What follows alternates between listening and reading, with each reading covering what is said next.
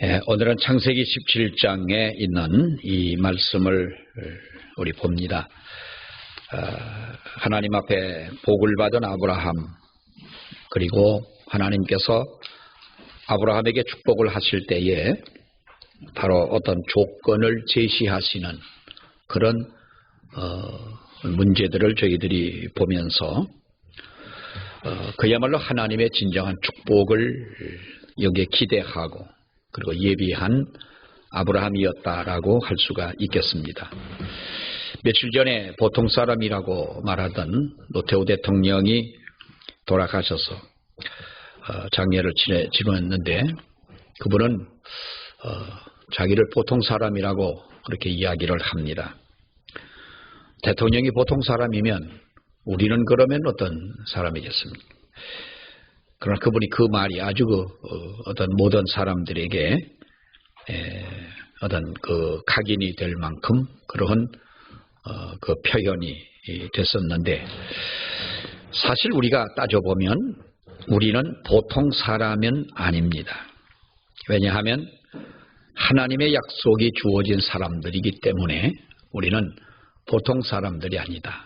그 보통이라고 하는 기준을 어디다 두느냐 따라서 다르긴 하겠습니다만은 우리가 일반적으로 볼 때에 우리는 하나님의 약속이 주어진 사람들이다.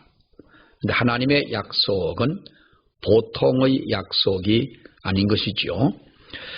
하나님께서 절대로 후회하지도 않고 또 철회하지도 않으시는 1.1획의 그 말씀도 변함이 없이 다 이루시는 약속이기 때문에 우리는 그 약속을 오늘 이 성경에서도 보면은 언약이라 이렇게 말씀을 하고 있는데요. 우리가 성경 중에 그 하나님의 언약이 잘 표현되어 있는 말씀을 뽑으라면 이사야 41장에 있는 말씀을 우리가 보게 됩니다. 두려워 말라, 내가 너와 함께 함이니라. 놀라지 말라, 나는 네 하나님이 됨이니라. 내가 너를 굳세게 하리라. 참으로 너를 도와주리라. 참으로 나의 의로운 오른손으로 너를 붙들리라. 여러분, 우리가 이 말씀보다 더 귀한 말씀이 어디가 있겠어요? 이 말씀은 어떤 말입니까? 우리들을 하나님께서 끝까지 붙들어 주시겠다. 놀랄 일이 있어도 놀라지 말라. 또 하나님이 나는 네 하나님이 되기 때문이다. 내가 너를 굳세게 하리라. 내가 참으로 너를 도와주리라. 나의 의로운 오른손으로 너를 붙들리라 그랬습니다. 하나님의 의로운 오른손에 붙들린 자는 의롭게 살 수밖에 없는 것이겠지요. 하나님의 도움을 받는다라면 우리가 어떤 두려움이 있겠습니까? 파도가 치고 배가 이제 침몰하려고 하는 그러한 상황 가운데서도 바로 주무시던 우리 예수님이 바람과 파도를 잔잔케 하셨다고 하는 그 사건이야말로 우리가 한 폭의 그림으로만 그려서 그것을 표현한다면 아쉬움이 많을 것입니다. 어떤 의미를 가지고 있습니까?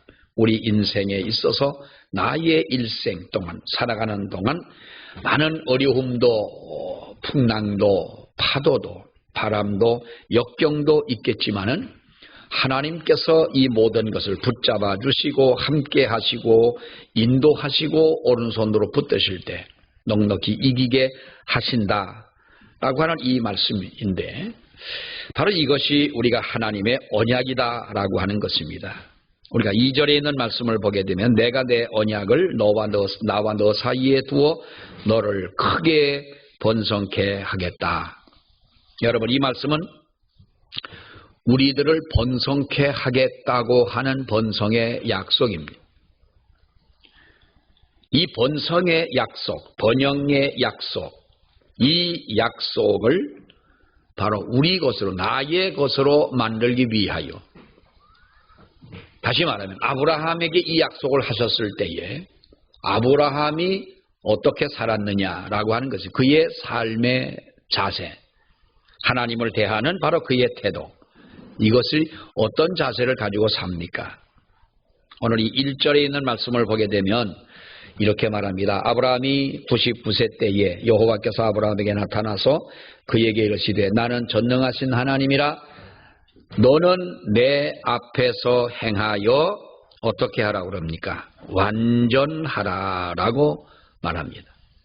이 구절에서 하나님 앞에서 행하여 너는 내 앞에서 행하여 완전하라, 완전하게 행하라 라고 말씀을 합니다. 여러분, 이 세상에 완전한 것이 무엇이겠습니까? 며칠 전에 우리나라의 최고의 그 과학자들이 모여가지고 수십 명의 과학자들이 모여서 수년 동안에 연구를 하고 연구를 해서 우리가 누리호라고 하는 그 위성을 로켓을 쏘아 올렸습니다. 700km를 올라가서 더 이상의 어떤 그 우주까지 로켓을 밀어 올리지 못하고 이제 700km까지는 올라갔어요. 방송을 그때 이것을 이야기하는 사람들이 절반의 실패도 아니고 완전 성공도 아니다. 난 그게 그럼 뭐라고 하는 건지 나 이해가 안 됩니다. 그렇잖아요. 700km까지 올라갔다. 물론 그것만 하더라도 우리가 대단한 것이라고 할 수가 있겠죠.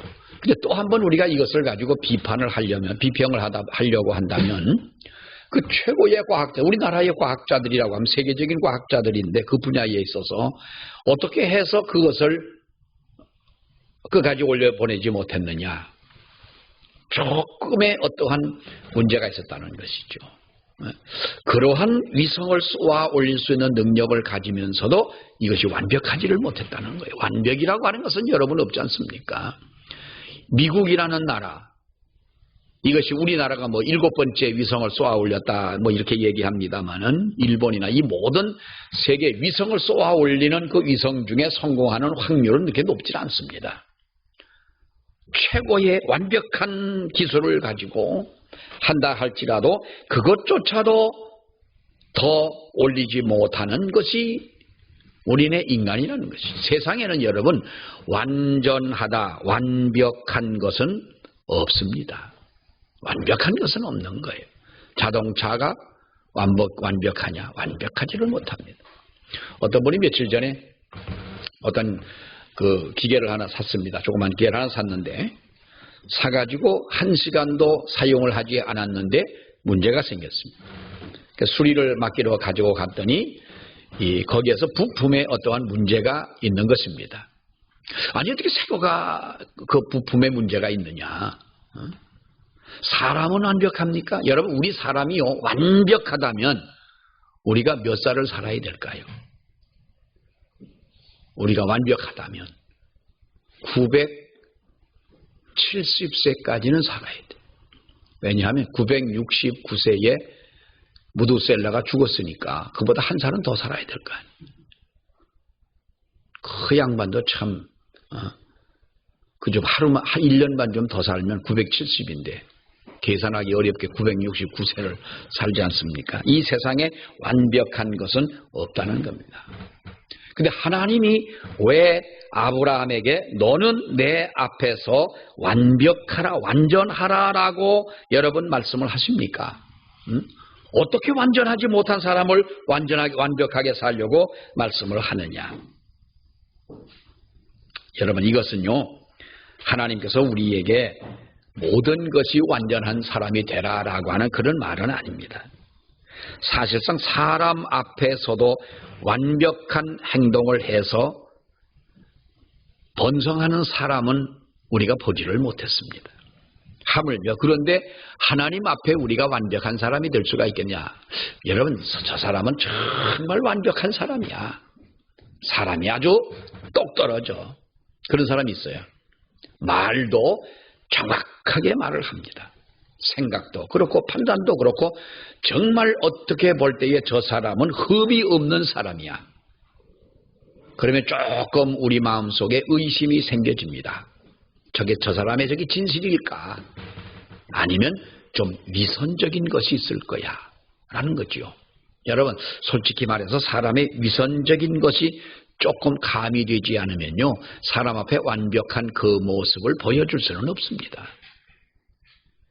부부가 이렇게 남보기에는 아주 그 사람이 금실 좋고 TV 나와가지고 뭐 어떻게 보면 아주 모범적인 부부 같고 한데 며칠 있다 보면 이혼했다는 거예요. 얼마나 위선적인 거예요. 가증하고. 하나님 앞에서 완벽하라라고 하는 이 말은 완벽한 행동을 하나님께 보이라는 말이 아닙니다. 이 말은요, 몇 가지의 뜻을 가지고 있는데 하나님 앞에서 경건한 두려움을 가져라라는 말이에요.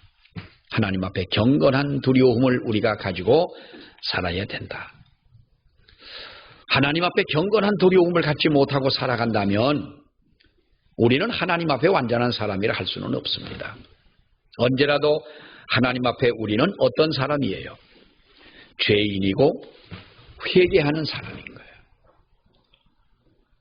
그리고 내 힘으로 무엇이든 할 수가 없고 하나님의 은혜로 하기 때문에 하나님 그 은혜에 감사하는 사람인 거예요.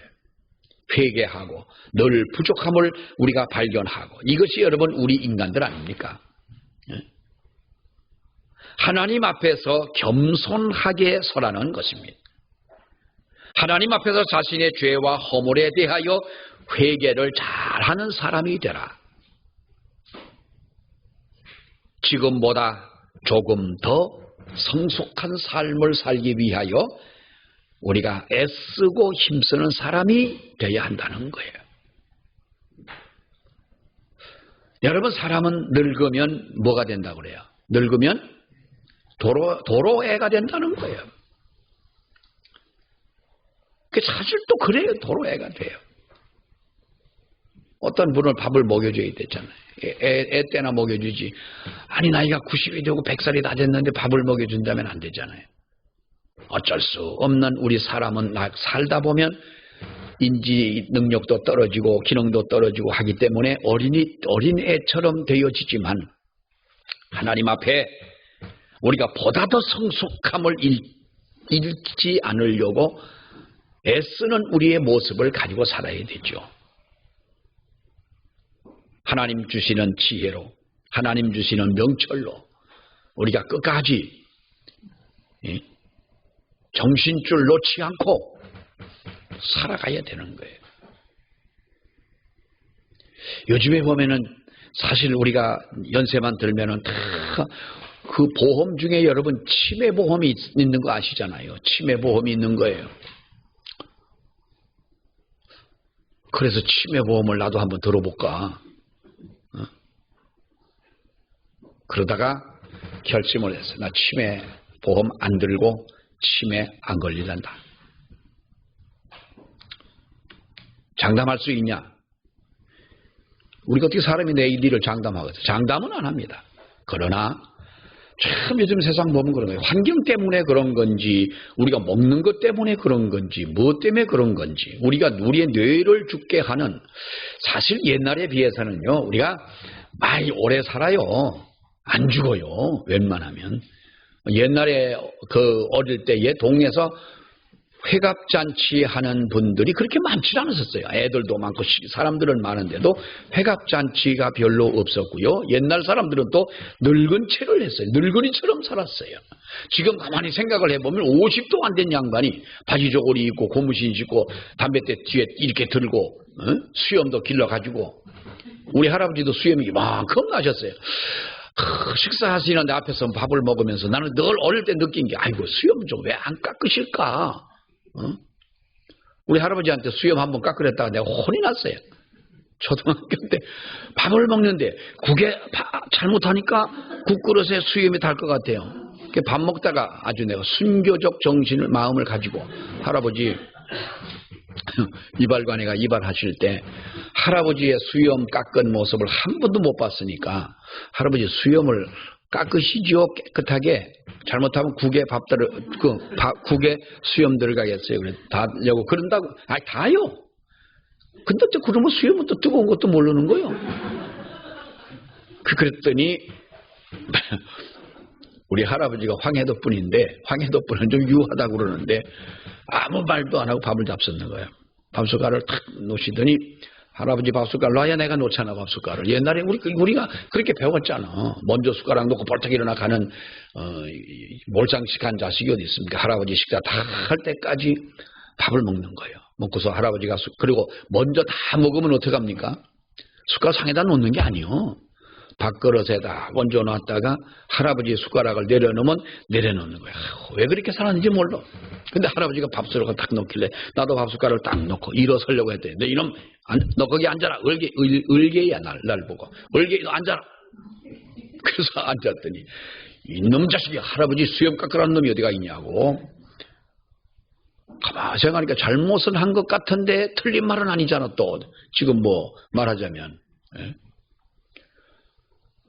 그때만 하더라도 우리 할아버지가 동네에서 연세가 제일 많았어요.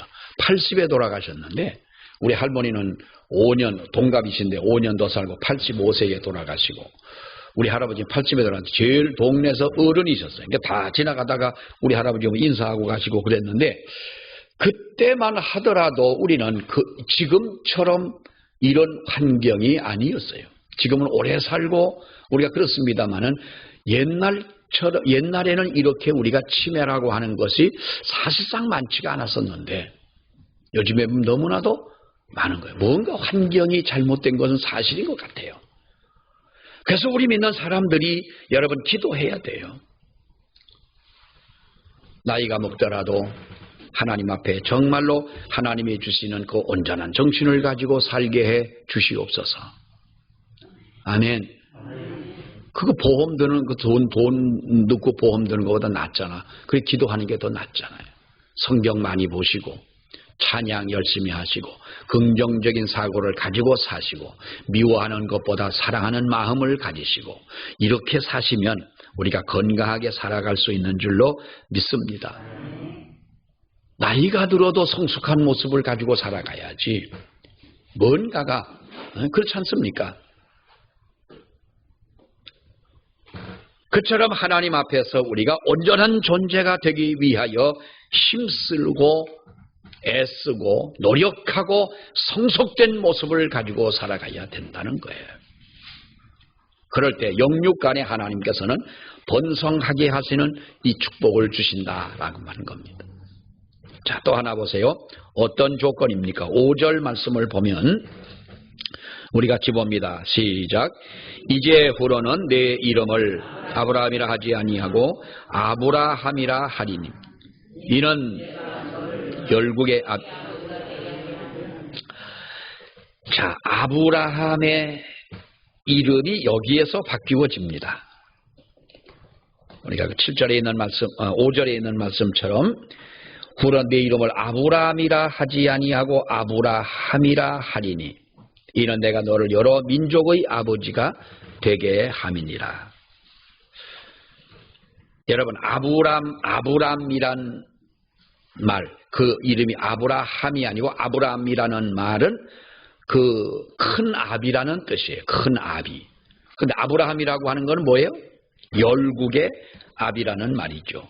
그 이름 자체에서 벌써 우리가 번성의 축복이 여기 내포되어 있는 것을 볼 수가 있죠. 아브라함이라 하지 아니하고 아브라함이라 하라. 여러분, 번성의 축복, 어떤 번영의 비전을 위해서 우리가 이름을 바꿀 그러한 특별히 우리가 이름을 바꿔야 할 이유는 사실 우리가 없습니다. 이름을 바꾼다고 하는 것이 무속인들과 장명가들 이런 사람들처럼 어떤 그 사람에 대해서 이름이 바뀐다고 그 사람이 여러분 바뀌는 것은 아닙니다. 자기 이름에 대해서 별로 그렇게 마음에 안 드는 이름을 가지고 살아가는 사람들도 있습니다. 저도 제 이름에 대해서 참 별로 마음에 안 들었습니다. 왜 우리 아버지는 내 이름을 이렇게 지었을까? 근데 제가 어디서 위로를 받고 사는지 압니까? 우리 외갓집이, 우리 외할아버지가, 우리 외삼촌이시죠. 외삼촌이 한문 선생이셨어요. 글을 잘 쓰시고, 그래가지고 어딥니까? 성균관 대학에서 1년에 한 번씩 그분들의 글 쓰는 하는 데 가면 우승을 해오시고 하던 그러던 분이 우리 외삼촌이에요. 우리 아버지도 같이 한문 공부를 하셨는데, 그러니까 외삼촌의 아들이 저하고 사촌 아닙니까? 외사촌인데 그 사촌 형님의 아들들, 그러니까 나한테는 조카가 되고 우리 외삼촌에게서는 손자가 되는데요. 세 아들이 있습니다. 첫째 아들 이름이 석구입니다. 석구. 돌 9개. 석구. 둘째 아들 이름이 석두입니다. 석두. 돌대가리. 셋째가 석균이에요. 석균. 그 석균은 그렇다고 보더라도, 아니 석구가 뭐고 석두는 또 뭐요? 얼마나 학교 다닐 때에 그 놀림을 받았겠어요. 우리 외삼촌이 한문 선생이에요. 유명하신 분이 홍천에서, 홍천 인제 그쪽으로 유명하신 분이었었어요. 근데 그렇게 한문으로 이름을 줬는데, 아니 저도 그래, 석두가 뭐요? 석두가. 석구는 또 뭐고? 그 돌아홉은 아니고, 그런 뜻은 아니겠죠. 그 이름이 얼마나 불편했겠느냐.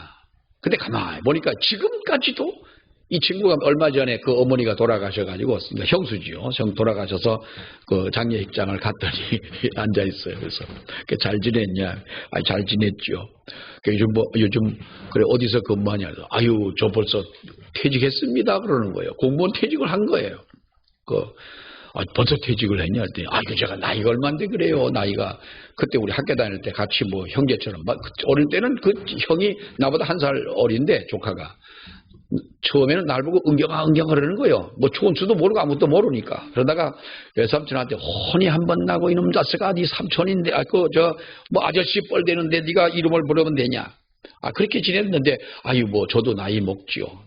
그 석두가 퇴직을 했어. 그 이름을 안 바꾸는 거예요. 사람이 이름 때문에 여러분 인생이 바뀌는 것은 아닙니다. 이름이 바뀌는 건 아니고, 오늘 이 성경에서 보면은요, 왜 하나님께서 아브라함이라는 이름을 아브라함이라고 했느냐 하는 것은 그의 믿음의 분량이고 하나님의 주시는 축복의 분량이었던 거예요. 이름의 글자가 여러분 중요한 것은 아니었습니다. 이름을 바꾸는 것은 어떤 의미입니까? 존재를 바꾸라는 말과 같은 것입니다. 너의 전 존재가 바뀌어진다. 자신의 전 존재를 하나님 중심적으로 개혁하라는 말과 같은 뜻이죠. 그래서 아브라함을 아브라함이라고 불렀던 것입니다. 성경에 여러분 보면 이름 바뀐 사람들이 많지요. 누가 생각납니까? 사레라고 하는 아브라함의 아내인 사라가 사레였습니다. 사레는 큰 영화라는 뜻을 가지고 있었는데, 너를 사레라 하지 아니하고 사라라 하는 이 말은 아브라함이 열국의 아비처럼 사라는 열국의 어미라는 말이에요. 그래서 이름을 바꿨지요. 그리고 뒤를 붙잡는 자라는 뜻을 가진 야곱이가 하나님을 이긴 자라는 뜻을 가진 이스라엘로 이름이 바뀌어지게 됩니다. 구원이라고 하는 뜻을 가진 호세아가 여호와는 구원이시다고 하는 그런 새로운 의미의 여호수아로 여러분 이름을 바꿨습니다. 솔로몬이라고 하는 사람의 이름은 평화라는 뜻이잖아요. 그런데 여러분, 솔로몬이 우리가 그 사무엘하 12장 말씀을 보면은 여디디아라고 불러 이름을 바꿨습니다. 여디디아라고 하라고 말씀하는데 여호와께서 사랑하시는 자라는 뜻이에요. 이름을 바꿔. 신약에도 보면은 우리가 누굽니까? 이 사울을 바울이라고 부르고, 시몬이라고 하는, 너를 시몬이라 하지 아니하고 뭐라고 그랬습니까? 너를 베드로 반석이라고 하리라. 시몬이라는 말은 무슨 말이에요? 여러분, 갈대라고 하는 시몬의 그 갈대란 뜻인데, 우리가 반석이라고 하는 그 뜻을 가진 베드로라고 하는 이름으로 여러분 바꿔집니다. 우리 성경에 보면은 이런 이름들이 많습니다. 조금 전에 말씀드린 사울의 그 이름도 마찬가지고 그들이 이름만 바꿨느냐 하는 것이에요. 앞에서 말씀드린 대로 바로 그들은 그들의 전 존재를 하나님 앞에 바치고 하나님 중심적 삶을 살아가는 사람이 되라는 말이지요. 옛날에 어떤 부흥사가 춘천에 와서 부흥회를 하면서요, 다 기도를 해주고 헌금을 하라 그래요. 헌금을 하면서 헌금 봉투를 가지고 다 기도를 하면서 그 사람 일어서라 그래가지고 이름을 다 그 자리에서 바꿔주는 거예요. 근데 그 양반이 난 지혜로운 것은 참 어떻게 이렇게 이름을 금방금방 바꾸는지 모르겠어요. 영자를 가지고 신영이라 부르고 뭐를 가지고 뭐라고 부르고 장로님 이름까지도 바꿔주고 그 이름 가지고는 안 된다는 거예요. 저 이름 바꿀게요, 안 바뀌었고요. 근데 저는 나와버렸어요. 어릴 때도 난 그런 게 싫더라고. 그래서 은혜 받는 데에 좀 시간이 많이 걸리긴 했지만은 그 가만히 생각해보니까 아니 왜 저러나 이 말이에요. 기도를 하면서 넘어뜨리는 거예요. 다 보니까 다 자빠졌어요. 나만 안 자빠지면 내가 제일 믿음이 없어요. 나도 자빠졌지 그래. 근데 뭔가가 좀 달라져야 되는데 들어와 가지고 있으니까 막 와서 기도를 해주는 거예요. 그래서 참 찜찜하기도 하고 옆에 제일 먼저 자빠진 친구가 나오면서 내 끌고 나와가지고 물어봤어. 야, 너 그 입신을 한다고 그러고 입신이 뭐냐? 하나님 나라를 보여준다는 거예요. 너 입신했냐? 가만히 있어. 아, 뭘 봤냐고. 아무것도 못 봤대. 근데 너 왜 제일 먼저 자빠져 임마? 그 제일 먼저 자빠지더라고. 팍 하니까 다 빠지고. 이 최면수를 가지고 이렇게 하는데요. 이름을 다 바꿔주는 거였어. 이름 바꿀 때는 나왔어. 그 양반이 왜 마음에 안 들었냐 하면 한 번 헌금을 했더니 김은경이 아니요. 이 김은경 하나님 이 딸을 축복해 주옵소서. 결혼을 하지 않았으면 결혼에 좋은 신랑을 만나게 하시고 교회의 기둥 같은 권사로 사용되게 해달라. 날 보고 그렇게 기도를 하더라. 그래서 아이고. 그때는 사실 그 기도의 내용보다는 내 이름을 왜 저렇게 지어가지고 저 훌륭한 강사님이 오해하게 했을까도 들었지만은 그게 마음에 안 들었던 거예요. 이름 바꾸는 거 여러분 이거 요즘도 보면은요 지금도 그런 일들이 교회에 많습니다. 우리 장로교회만 그래도 고집스러운 장로교회니까 그런 일이 별로 없지요. 얼마 전에 돌아가신 조영기 목사님도 이름을 다윗이라고 바꿨었나 그랬잖아요. 그거 바꾸고 싶어 바꾸겠어요. 누군가가 바꾸라고 하니까 바꿨겠죠. 네. 여러분 이름을 바꾸는 것이 이름을 바꾼다는 것은 이름을 하나님의 중심대로 중심적으로 삶의 가치를 바꾸는 삶을 살아가라. 그런 의미에서의 아브라함이 아브라함으로 바뀌어진 것입니다. 자, 또 하나 보면 우리가 하나님의 언약을 지키라는 것이죠. 7절, 8절 우리 두 절 봅니다. 시작. 내가 내 언약을 나와 너 및 네 대대 후손 사이에 세워서 영원한 언약을 삼고 나와 네 후손의 하나님이 되리라. 내가 너와 네 후손에게 네가 거류하는 이 땅 곧 가나안 온 땅을 주어 영원한 기업이 되게 하고 나는 그들의 하나님이 되리라. 자, 여기 보면은 하나님께서 뭐라고 말씀합니까? 아브라함에게 이르시되 그런즉 너는 내 언약을 지키고 내 후손도 대대로 내 언약을 지키도록 해라 하는 말입니다.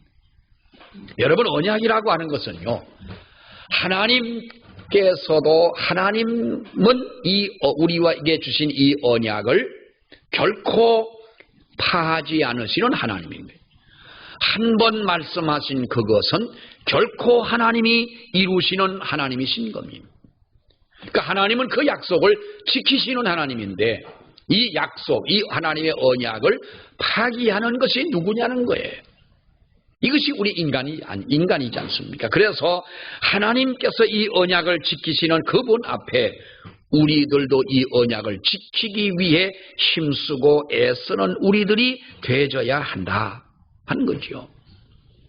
여러분 부부가 결혼을 하고 부부가 됐을 때에 서로 언약을 합니다. 뭐 요즘은 결혼식 할 때 저들끼리 한다 그래요. 어떤 집사님이 와가지고 뭐 그냥 고민을 하는 거예요. 그놈의 새끼 장가가는데요, 목사님. 저들끼리 한대요. 뭔 소리요? 저들끼리 해가지고 그냥 주례도 없이 그냥 저들끼리 한다는 거예요, 결혼을. 여러분, 이것은요, 결혼은 하나님 앞에 인생에 처음 시작하는 것인데, 믿는 사람이라면 하나님 앞에 감사하고 기도하고 예배드리고 하는 것이 맞는 것이죠. 그런데 저들끼리 한다는 거예요.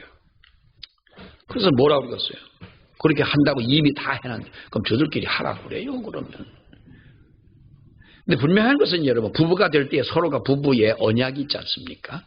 남편의 서약, 아내의 서약입니다. 언약입니다. 근데 이것은요, 누구 한 사람만 죽어라고 지킨다고 되는 것이 아닙니다. 두 사람이 다 똑같이 언약을 지킬 때에 한 사람은 뭐 검은 머리가 파뿌리가 되도록 뭐 사랑하고 아플 때나 건강할 때나 뭐 언제나 사랑한다는데 나 한 사람은 안 한다면, 안 지킨다면 어떻게 되겠어요? 부부도, 우리가 부부도 온전한 부부, 온전한 가정을 이루기 위해서는 서로가 이 언약을 지키기 위해 서로가 존중하고 힘쓰고 애써야 지켜지는 것이지요. 자기의 책임이 있으면서도 요즘엔 텔레비전에 어느 TV를 보니까 뭐 돌싱 뭐가 있어요. 그래서 저게 돌싱이 뭐 싱싱거리고 뭐 어디를 달리는 건가 했더니 보니까 돌아온 싱글들만 모여가지고 이야기를 하는데 그게 그렇게 자랑스럽게 얘기를 하냐고. 내 가정을 지키지 못한다는 것은 자기 자신을 지키지 못한 건데 뭐가 그렇게 잘나서 와서 떠들고 앉아있냐고. 우리가 언약이라고 하는 것은 여러분 하나님이 지켜주시는 이 언약이고 우리에게 약속하신 이것을 우리들도 지키려고 애써야 되지 않느냐는 거예요. 2년 동안 우리가 코로나 이 시대를 살아오면서 얼마나 우리의 믿음이 많이 변했습니까? 교회 나오는 것은 제한되어 있으니까 안 나와도 되고 세상으로 나가서 과거에 하지 않았던 일을 아무렇지도 않게 하면서도 이것이 우리가 정당화가 되어지고 합리화가 되어지는 세상인 거예요. 나는 이게 참 보면은 가슴 아픈 일이라고 생각을 해요. 적어도 우리가 예수 믿는 사람들이라면 교회를 못 나온다면 적어도 고민을 해야 되지 않느냐 하는 말이에요. 그러면 주일은 지켜야 되지 않냐? 그럼 교회는 안 나오더라도 우리가 주일날 교회를 지킵니까?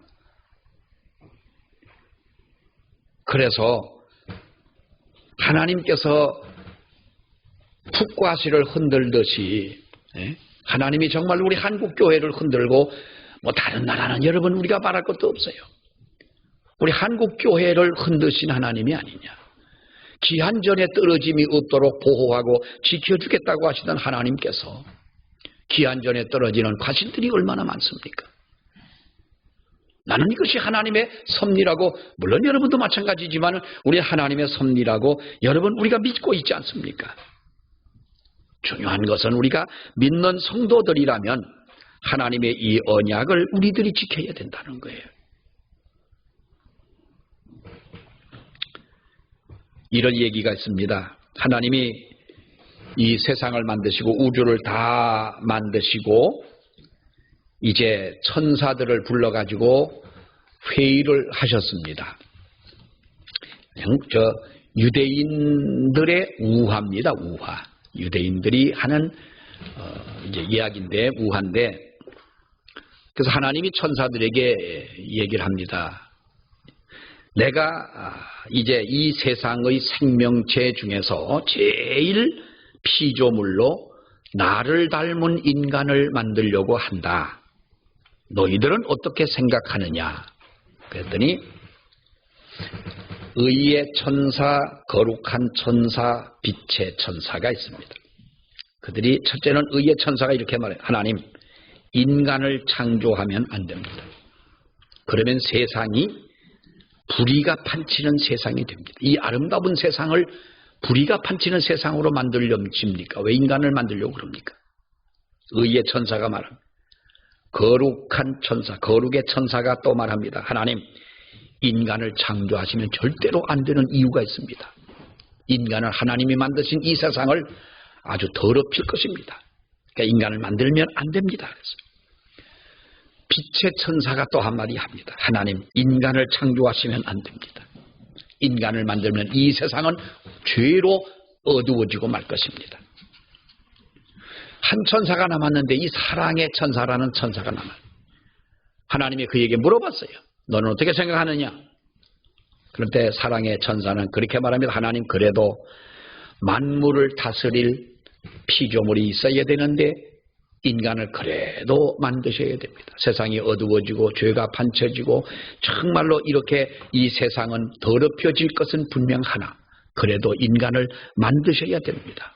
왜 그런가 하면 그럼에도 불구하고 인간들을 포기하지 않고 사랑하시는 하나님의 이 사랑의 메시지를 증거할 사람은 그래도 인간입니다. 그래도 인간입니다. 그렇기 때문에 인간을 만드셔야만 합니다. 하는 거예요. 유대인들의 우화이긴 합니다만은 그래서 하나님은 천사들의 말을 듣고 인간을 창조했다. 이런 이야기가 있는데요. 사랑하는 여러분, 사람은 다 포기해도 하나님은 결코 우리를 포기하지 않는다. 그러므로 우리도 하나님 앞에 포기하면 안 된다는 것입니다.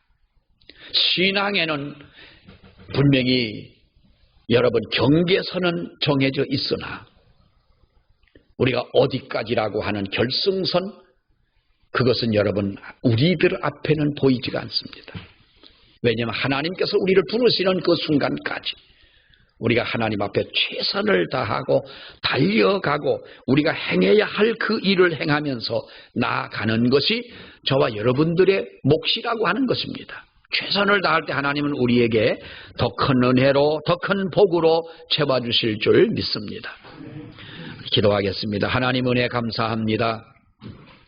오늘도 저희들 부르셔서 아버지 앞에 나와 예배하며 영광 돌리게 해 주심을 주여 감사합니다. 우리의 주여 우리를 붙드셔서 말씀과 은혜로 충만케 하옵시며 저희들이 더욱 주의 말씀 속에 굳게 서게 하옵시고 아버지 하나님의 언약을 지키며 나아가는 저희들 되게 하시고 끝까지 최선을 다하는 우리들의 믿음이 되게 하여 주시옵소서.